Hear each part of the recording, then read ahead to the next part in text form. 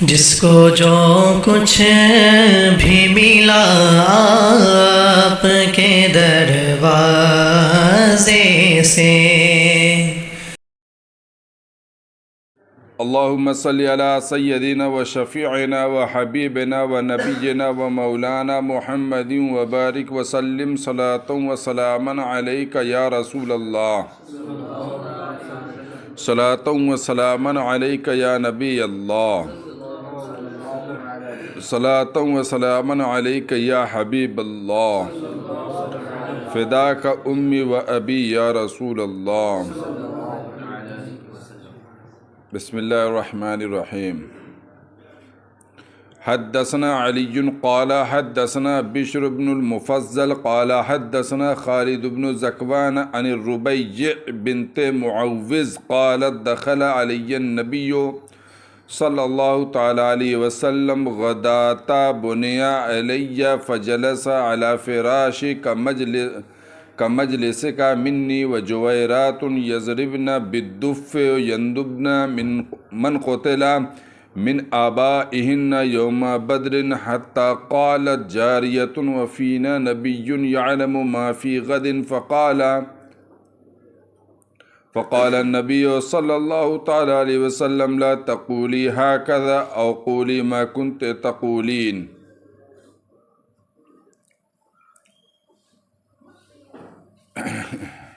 اس حدیث کو روایت حضرت معوذ ہیں.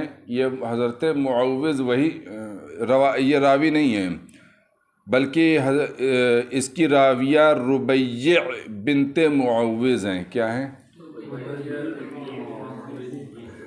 معوذ کون ہے؟ جنہوں نے ابو جہل کو مار گرایا تھا، افرا کے بیٹے. انہی کی بیٹی اور شہزادی ربیع ہیں، ہے نا؟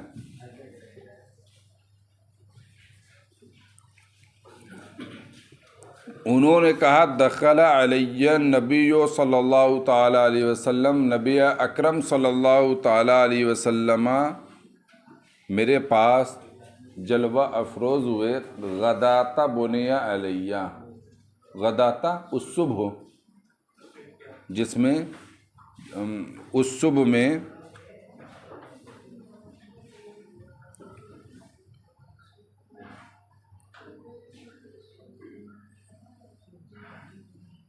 یعنی یوں کہہ لو غداۃ بنی علیہ کا ترجمہ ہوا شب زفاف کے صبح. اب کیسے ہوا؟ غداۃ یہ بنیہ کا جب صلہ الا آتا ہے یا با آتا ہے تو بیوی کے ساتھ پہلی رات گزارنا، وہی تو شب زفاف ہے نا؟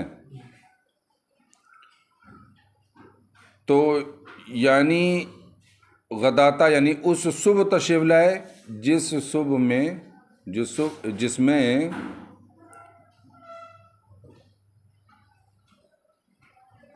میرے ساتھ، ربیع کہتے ہیں، میرے ساتھ شب زفاف کیا گیا.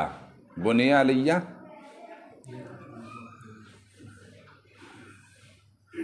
اس شب زفاف کے صبح نبی اکرم صلی اللہ تعالیٰ علیہ وسلم میرے پاس تشریف لائے. اس کے صبح تشریف غداۃ بنی علیہ اس کے صبح تشریف لائے جس میں میرے ساتھ شب زفاف کی گئی. فجلس علی فراشی کا مجلس کا منی، تو میرے بستر پر بیٹھ گئے جیسے کہ تم بیٹھے ہو، ہے نا؟ وجویریات یضربن بالدف، اور کچھ بچیاں جویریہ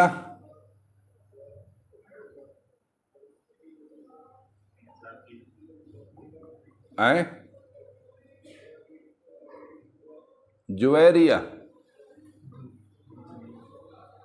تصغیر جاریتن کی یعنی بچیاں، جویریاتن بچیاں، یضربن بالدف، دف دف دونوں کا لفظ ہے نا، دف بھی بول سکتے ہیں اور دف بھی بول سکتے ہیں۔ جویریاتن یضربن بالدف، اور کچھ بچیاں دف بجا رہی تھی۔ وَيَنْدُبْنَ مَنْ قُتِلَ مِنْ آبَائِهِنَّ يَوْمَ بدر، اور انہیں ان کا نام لے رہی تھی۔ یندبنا ندب یندبو ندب، ندب کہتے ہیں مرنے والے کو یاد کرنا، مرنے والے کو یاد کرنا، مرنے والے کی تعریف و توصیف بیان کرنا، مرنے والے کی تعریف و توصیف بیان کرنا، ہے نا؟ کس کی بیان کرنا؟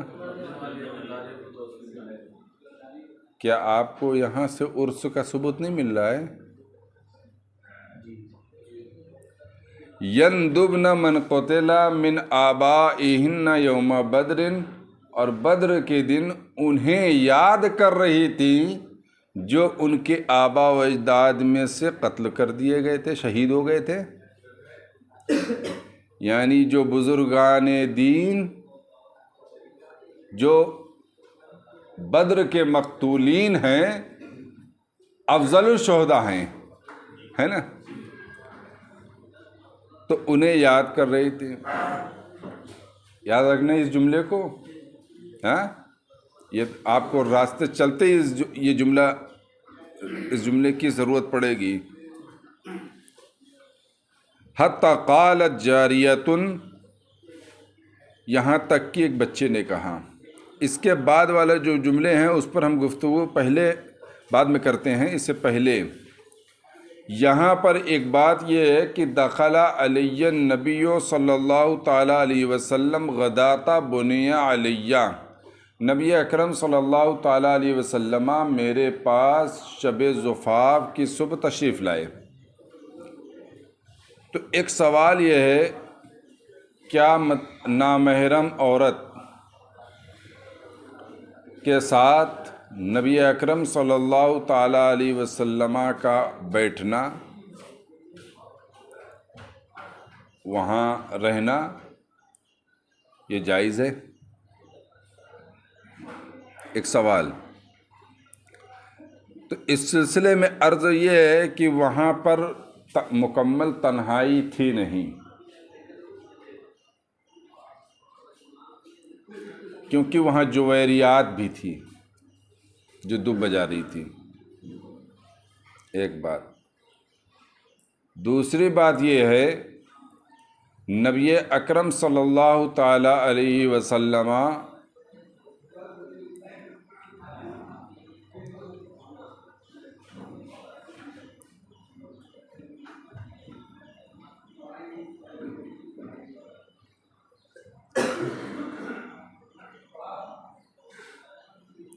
امت کے والد کے درجے میں ہیں، ہے نا؟ کس کے درجے میں ہیں؟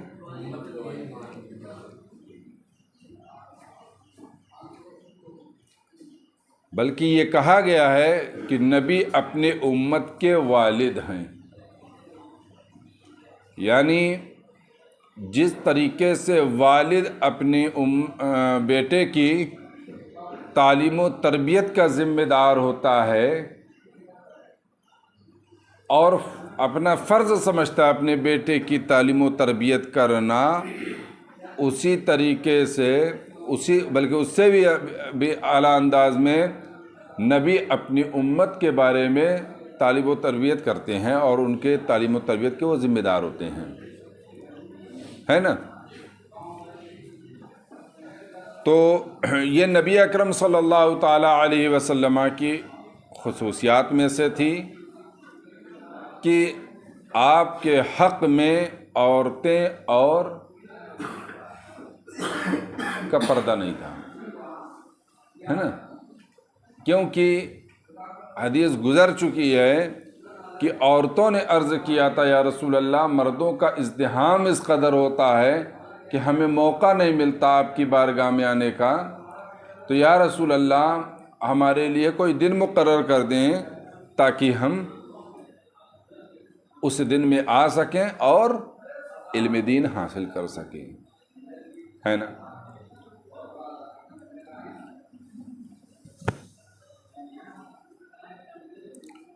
دوسری بات یہ ہے کہ یہاں پر کہا گیا دف بجا رہی تھی،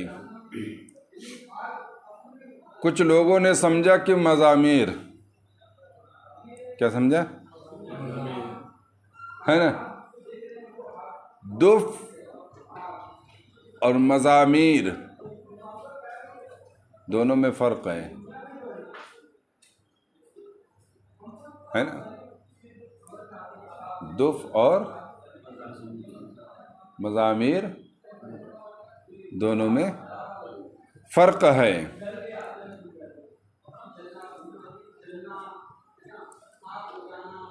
مزامیر یہ ناجائز و حرام ہے اور دف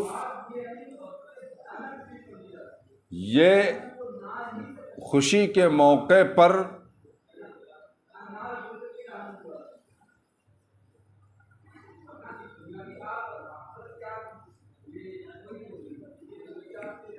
یا کوئی خاص موقع ہو اس موقع پر دف بجانا جائز ہے۔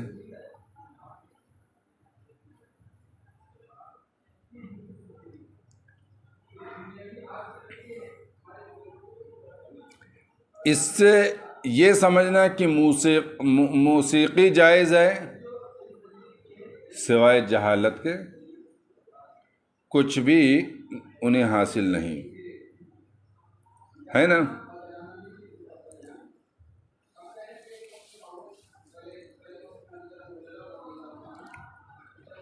اچھا،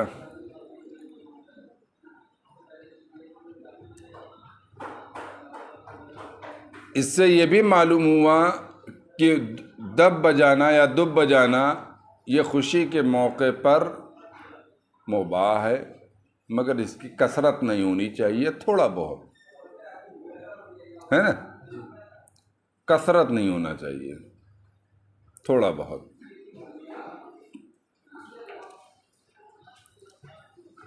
حتی قالت جاریہ، یہاں تک کہ ایک بچی نے کہا وَفِينَا نَبِيٌّ يَعْلَمُ مَا فِي غَدٍ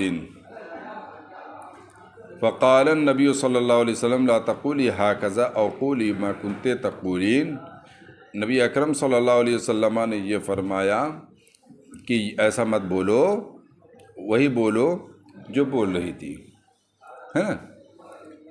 اب اس حدیث پاک میں ہے کہ وَفِينَا نَبِيٌّ يَعْلَمُ مَا فِي غَدٍ،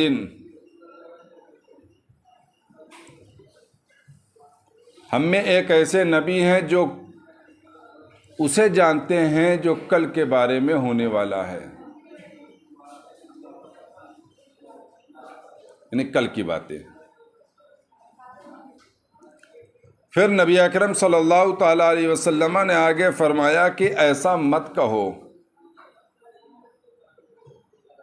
یعنی فینا نبی یعلم ما فی غد نہ کہو، ایسا مت کہو، ایک معنی یہ ہے، اور دوسرا معنی ایک معنی یہ، تو کیا مطلب ہوا اس کا کہ رسول اکرم صلی اللہ تعالی علیہ وسلم کو غیب کا علم نہیں، یہ مطلب ہوا؟ نہیں، بالکل نہیں ہوا۔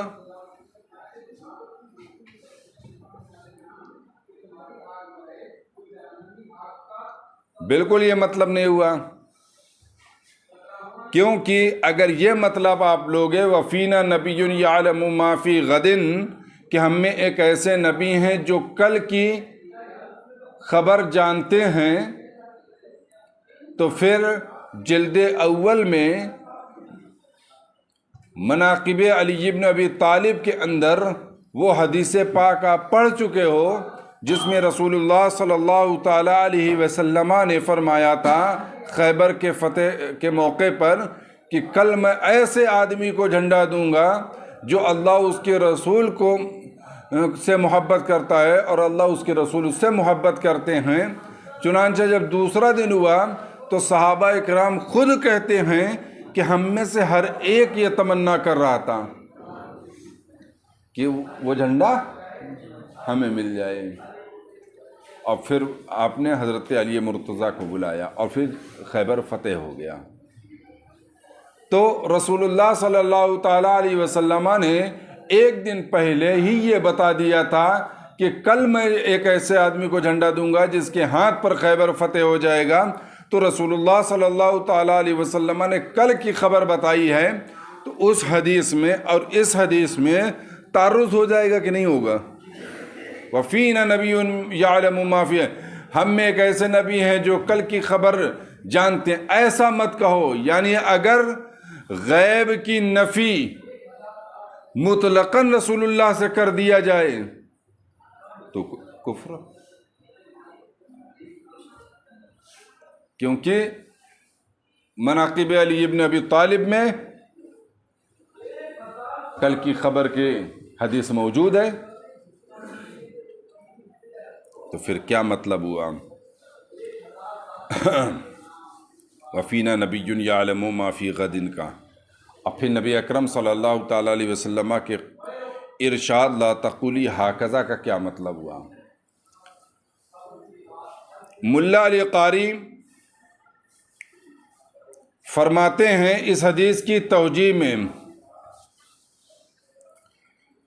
کہ اس کے تین مطلب ہو سکتے ہیں، یعنی لا تقولی ہاکذا، ایسا مت کہو، ایسا مت کہو، یعنی اس بچی نے فینا نبی یعلم ما فی غدن ما فی غدن کہا تھا، اور یہاں پر غیب کی نسبت رسول اللہ کی جانب مطلقاً کیا تھا۔ غیب کی نسبت رسول اللہ صلی اللہ تعالیٰ علیہ وسلم کی جانب مطلقاً فرمایا تھا، اور کسی مخلوق کی جانب مطلقاً غیب کی نسبت کرنا مکروہ ہے۔ کیا ہے؟ مطلقاً غیب کی نسبت کرنا کسی مخلوق کی جانب مکروہ ہے۔ تو رسول اللہ نے فرمایا کہ ایسا مت بولو، فینا نبی یعلم ما فی غدن۔ ہاں، اگر کسی مخلوق کی جانب مثلا رسول اللہ صلی اللہ تعالیٰ علیہ وسلم کے بارے میں آپ کو کہنا ہے تو ایک قید لگا لیا کریں کہ اللہ کی عطا سے وہ کل کی خبر جانتے ہیں، یا اللہ کی اطلاع سے وہ کل کی خبر جانتے ہیں، یا اللہ کے بتا دینے سے وہ کل کی خبر جانتے ہیں، تو پھر اس میں کوئی حرج کی بات نہیں ہے۔ اور کیوں حرج نہیں ہے؟ اس لیے کہ قرآن کی آیت کہتی ہے عالم الغیب فلا یظہر علی غیبہ احدا الا من ارتضی من الا من ارتضی رسولہ من رسولہ،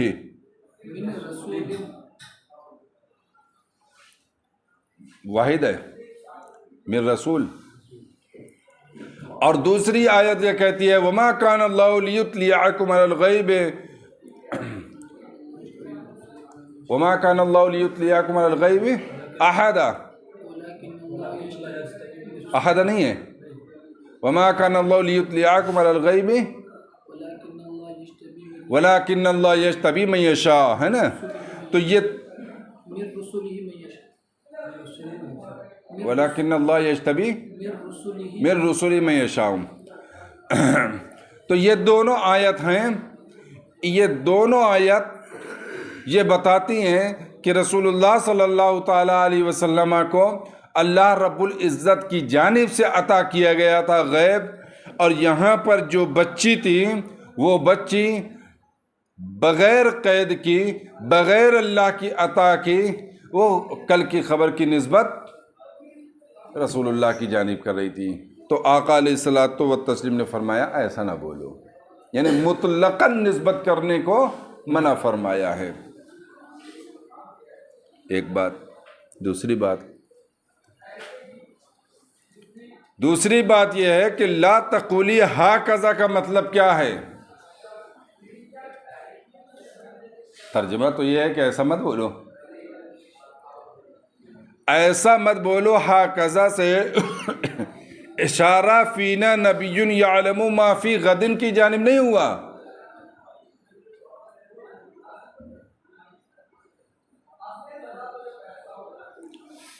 بلکہ جویریات یضربن بالدف، وہ بچیاں کیا بجا رہی تھی؟ دف بجا رہی تھی۔ تو دف بجانے کے درمیان رسول اللہ صلی اللہ تعالی علیہ وسلم کو اپنا ذکر پسند نہ تھا، اس لیے میرے آقا صلی اللہ تعالی علیہ وسلم نے منع فرمایا کہ ایسا مت بولو، یعنی دف بجانے کے درمیان میرا ذکر مت کرو۔ دوسرا مطلب یہ ہوا ولا تقولی ہاکذا کا، ہے نا، بلکہ وہی کہو جو تم پہلے کہہ رہی تھی، یعنی تم دف بجاتی رہو اور میرا ذکر ان کے درمیان نہ کرو، ہے نا۔ تیسرا مطلب یہ ہے اس حدیث کا ولا تقولی ہاکذا کہ شہداء کے مرثیہ کے درمیان اپنا ذکر کرنا سرکار کو پسند نہ تھا، کیونکہ یہ شہداء یندبن من قتل من آبائہن یوم بدر، ہاں، ان کے درمیان وفینا نبی یعلم ما فی غد یہ بات بولی گئی تھی، تو سرکار دو عالم علیہ السلام کو شہداء کے مرثیے کے درمیان اپنا ذکر کرنا پسند نہ تھا۔ یہ تین باتیں ملا علی قاری نے ذکر کی ہے نا، یہ تین توجیہ، اور یہی حق ہے۔ اور شیخ عبدالحق محدث دہلوی نے اشیاءۃ اللمعات کے اندر اسی قسم کی باتیں کی ہیں کہ مطلق غیب کی نسبت کرنا اللہ کے لیے جائز ہے، وہ اللہ ہی کی شان ہے، لیکن جب مخلوق کی جانب نسبت کی جائے، یعنی رسول اللہ صلی اللہ تعالیٰ علیہ وسلم کی جانب غیب کی نسبت کی جائے تو کوئی قید ضرور لگا دیا کرے۔ اللہ کی عطا سے میرے نبی جانتے ہیں، اور اللہ کے فضل سے میرے نبی جانتے ہیں، اللہ کی رحمت سے میرے نبی غیب کی خبر جانتے ہیں، یہ سب کی قید لگا دے تو کوئی حرج نہیں ہے، اور نہ لگائے تو مکروہ ہے نا۔ اور یہی بات علامہ عینی نے عمدۃ القاری کے اندر فینا نبی یعلم ما فی غدن کے بارے میں فرمایا ہے کہ اس سے یہ معلوم ہوا غیب کی نسبت مخلوق کی طرف کرنا جائز نہیں، تو اس کا محمل یہی ہے جو شیخ عبدالحق محدث دہلوی نے بیان کیا ہے اور ملا علی قاری نے بیان کیا ہے۔ اس کا محمل یہی ہے، یعنی اس کا مطلب یہ ہے کہ مطلقاً غیب کی نسبت کرنا مخلوق کی جانب مکروہ ہے، جائز نہیں۔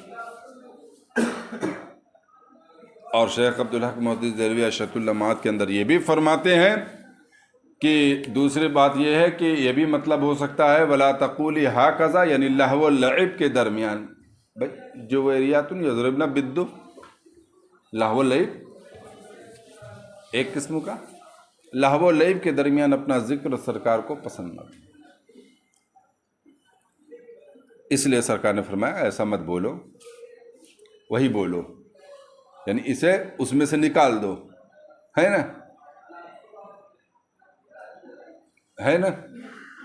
سمجھ میں آئی کہ نہیں بات؟ حدثنا اسماعیل قال حدثني اخي عن سليمان عن محمد بن ابي عتيق عن ابن شهاب عن عبيد الله بن عبد الله بن عتبة بن مسعود ان ابن عباس قال اخبرني ابو طلحہ صاحب رسول اللہ صلی اللہ تعالی علیہ وسلم۔ یہ حدیث مروی ہے، حضرت ابن عباس کہتے ہیں کہ مجھے ابو طلحہ رسول اللہ صلی اللہ تعالیٰ علیہ وسلم کے صحابی نے خبر دیا، وَكَانَ قَدْ شَهِدَ بَدْرًا مَا رسول اللہ صلی اللہ تعالیٰ علیہ وسلم، اور وہ رسول اللہ صلی اللہ تعالیٰ علیہ وسلم کے ساتھ بدر میں حاضر ہوئے تھے۔ یہاں پر امام بخاری کو اس حدیث کو لانے کا مقصد بھی یہی ہے کہ ابو طلحہ صحابی رسول ہیں اور بدری صحابی ہیں، ہے نا۔ انہو قالا، انہوں نے فرمایا، اب انہوں نے کیا فرمایا؟ لا تدخل الملائکۃ بیتاً فیہ کلب ولا صورۃ یرید صورۃ التماثیل التی فیہا الارواح، فرشتے اس گھر میں داخل نہیں ہوتے جس میں کتا ہوتا ہے نا، اور نہ ہی اس میں داخل ہوتے ہیں جس میں تصویر ہوتی ہے، ولا صورت، تصویر ہوتی ہے۔ تو یرید صورت التماثیل التی فیہا الارواح، یہ ابن عباس رضی اللہ تعالی عنہ کا قول ہے، یرید صورت التماثیل، وہ ان مجسموں کی صورت مراد لے رہے تھے جن میں ارواح ہوتی ہے، یعنی ولا صورتن کہہ کر یہ مراد لے رہے تھے جو آج کل جو اسٹیچو اور مجسمہ بنا دیا جاتا ہے نا، اور ان لوگوں کے مجسمے اور وہ بنا دیے جاتے ہیں کہ جن میں کبھی روح رہتی تھی، ہے نا، یعنی یوں کہہ لیں کہ جاندار چیز کی تصویر اگر بناتا ہے کوئی تو جہاں وہ تصویر ہوگی وہاں پر فرشتے داخل نہیں ہوں گے۔ اب ہر انسان کے اوپر کرامن کاتبین تو ہوتے ہی ہیں، وہ بھی فرشتے ہیں، تو اس کا یہ مطلب نہیں ہے کہ کرامن کاتبین بھی چلے جاتے ہیں، ہے نا۔ اس کا مطلب یہ ہے کہ وہ فرشتے نہیں آتے جو رحمت کے ہیں، ہے نا۔ اچھا، ایسے گھر میں داخل نہیں ہوتے جس میں کتا ہو، یعنی اگر کتا کسی غرض صالح کے لیے نہیں رکھا گیا بلکہ یوں ہی رکھا گیا، جیسے عام طور سے جانور پال لیا جاتا ہے، تو پھر اس گھر میں جو ہے فرشتے رحمت کے داخل نہیں ہوتے۔ اگر کھیتی کی حفاظت کے لیے یا گھر کی حفاظت کے لیے رکھا جاتا ہے کتا تو پھر اس میں کوئی حرج نہیں ہے، اس گھر میں رحمت کے فرشتے آئیں گے۔ اور تصویر، امام مالک رحمہ اللہ تعالی عنہ نے فرمایا کہ ہر قسم کی تصویر میرے نزدیک زیادہ پسندیدہ ہے کہ اسے ترک کر دیا جائے، ہر قسم کی تصویر، ہے نا۔ اب ہر قسم کی تصویر کا مطلب یہ ہوا کہ چاہے کاغذ پہ تصویر ہو، چاہے لباس پہ تصویر ہو، چاہے کپڑوں پہ ہو یا چادر پہ ہو، ہیں، یا مجسمے کی صورت میں ہو، ہیں، تو امام مالک فرماتے ہیں کہ میرے نزدیک سب سے زیادہ پسندیدہ یہ ہے کہ ہر قسم کی تصویر کو ترک کر دیا جائے، ہے نا۔ اور ابو سلمہ یہ کہتے ہیں کہ یہاں پر ولا صورتن میں ہر قسم کی تصویر مراد ہے، خواہ وہ چادر پر منقش ہی کیوں نہ ہو، ہے نا۔ بہرحال